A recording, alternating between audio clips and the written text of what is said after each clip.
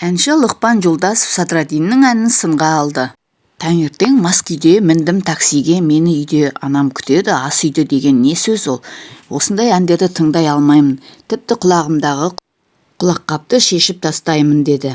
Тіпті жүйкем шыдамайды. Не ән, не сөз деп кейіді әнші. Бұл пікірге көрермендер әртүрлі ойларын айтуда. Мысалы, біреулер Садрадинді жақтаса, біресе Лұқпан әншіні жақтады.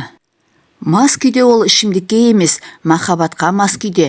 Әннің мағынасын осынша жыл сахнада жүрген адам түсіне алмаса, сол қателік түсінбегеннің өзінде дейді. Мен сол әннің мағынасын тыңдамайды екем депті біреуі. Несі бар, әдемі ән. Сынағыш болсаң басқаны сына депті тіпті біреуі. Енді біреуі тіпті қатты кеткен екен. Садрадин керемет талантты жас әнші, болашағы жарқын, мировой звезда болсын. Өлеңдері де керемет, жеңіл. Қазіргі жастар да, үлкендер де тыңдай береді. Қылтын-сылтыны жоқ. Лұқпан ағаның кішкентай баланы сынағаны дұрыс болмады. Өзінің тәрбиелеген балалары қайда? Солардың неге атын шығармайды? Не керек осындай көре алмаушылық деген екен. Ал енді біреулері әншіні қолдаған екен. Лұқаңды қолдаймыз. Шынымен де, қазіргі әндердің мәнісі жоқ, тек музыкасы жақсы демесең, мәтіндерінде күй жоқ деген екен біреуі. Мен де сондай әндерді тыңдамайды екем депті біреуі.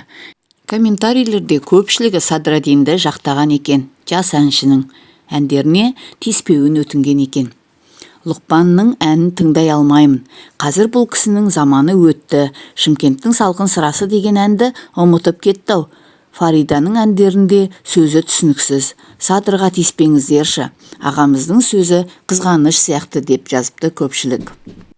Ал менің ойымша, сын дүзелмей, мін дүзелмейді. Айтатын әннің сөзі де, әні де бір-біріне үйлесіп тұрғаны шарт. Әннің әуені жақсы екен деп сөзіне мән бермеу дұрыс емес. Не айтып жүргенін, не тыңдап жүргенін халық білу керек.